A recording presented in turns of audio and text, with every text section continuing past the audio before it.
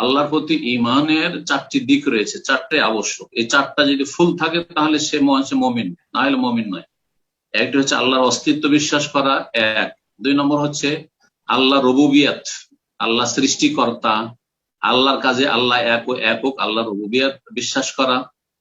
আর তিন নম্বর হচ্ছে আল্লাহর উলুহিয়াত, আল্লাহর ইবাদত বন্দেগী বিশ্বাস করা, যে আল্লাহ আমাকে ইবাদতের জন্য সৃষ্টি করেছেন। আর সর্বপ্রথম ইবাদত মুসলিম জীবনে হচ্ছে 5 ওয়াক্ত সালাত।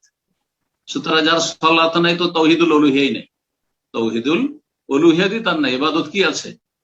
জি। আর 4 নম্বর হচ্ছে তাওহীদুল আসমা ওয়াস সিফাত। এই চারটির সমষ্টির নাম হচ্ছে ঈমান বিল্লাহ। তাওহীদ শিখা, আকীদা শিখা খুব জরুরি। এই চারটা যদি না থাকে, কেউ বলছে আল্লাহ আছে, আর একজন বলছে আল্লাহ নেই, আস্তিক আর নাস্তিক। তো আস্তিক মুশরিক হইতে পারে। জি, আস্তিক।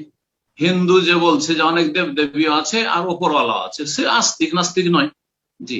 মাজার পূজারী সে আস্তিক, কিন্তু সে মুওয়াহিদ, মুমিন নয়। তো আশা করি বিষয়টি বুঝতে পেরেছেন। সালাত ছাড়া কেউ জান্নাতে যাবে না, এটা হচ্ছে সঠিক মত।